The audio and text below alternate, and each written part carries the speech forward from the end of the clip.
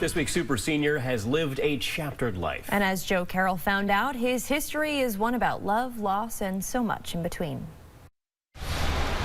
In 1967, Alan Rubel traveled from his home in Barrie to Montreal to visit a cousin. While there, he spotted a dark-haired beauty named Sharon Birch. She was walking her dog, and I saw her, and I said, I want to meet that lady. She was 17, and he was 21. Young love that lasted a year. The two went their separate ways. But 3 decades later, the flame flickered again after Sharon became widowed and Alan divorced. Very beautiful, both inside and out. They became a couple and life was good, but their lives changed forever in 2005 when she went in for a routine checkup. She had cancer. It was in her liver. She had 20 tumors that were in her liver, but it wasn't liver cancer. She had neuroendocrine tumors, a rare and slow-moving cancer. She was in a hospital a lot, but I don't think there wasn't one person that was next to her that didn't become a friend. Alan was her caregiver, and at times it would be overwhelming. Very low. Yeah. And I wanted to find a cure. I wanted to help her. In fact, she got angry when you did that. Yeah, she got very angry at me because it was a private thing to her. 11 years of going back and forth to Mass General Hospital every 3 weeks. This was your idea? Yeah. Alan put his thoughts into words for a book he co-wrote called The Greatest Burden, The Greatest Blessing.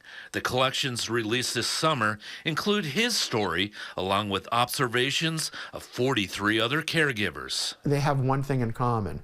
They step up to the plate and they do what they need to do for the ones they love. Don't get me wrong, Sharon could be a very stubborn woman, but that also saved her life. She had a burning desire to live.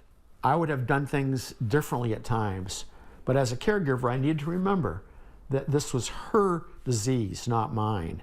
I always tried to be tender and gentle, but there were times I reached a breaking point. Sharon would say something that would be very hurtful to me, but in a time I realized it was the cancer speaking, not Sharon.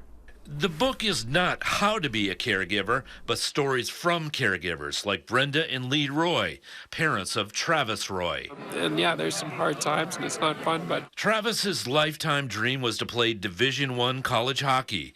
Within seconds of starting his first game with Boston University, the 20-year-old hit the boards head first and instantly was paralyzed from the neck down. Brenda and Lee wrote, "The injuries to Travis devastated our world. Nothing prepares you for that kind of news. Now, what would you do?"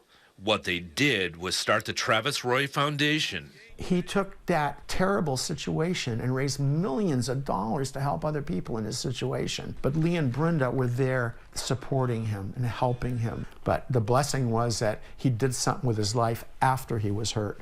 What Alan hopes these stories will show other caregivers they are not alone. Either you're going to be a caregiver, you're going to know a caregiver, but you're going to get involved somehow. Sharon died over 5 years ago. It took me a while to adjust being alone. Alan has started a new chapter in his life with a new relationship, but he'll never forget the blessings he received taking care of Sharon. As often as Sharon told me that I was her motivation to keep living, it was actually the other way around. She was my motivation. Reporting in Barrie, Joe Carroll, Channel 3 News. We've got more information about the book and where to find it on our website at WCAX.com.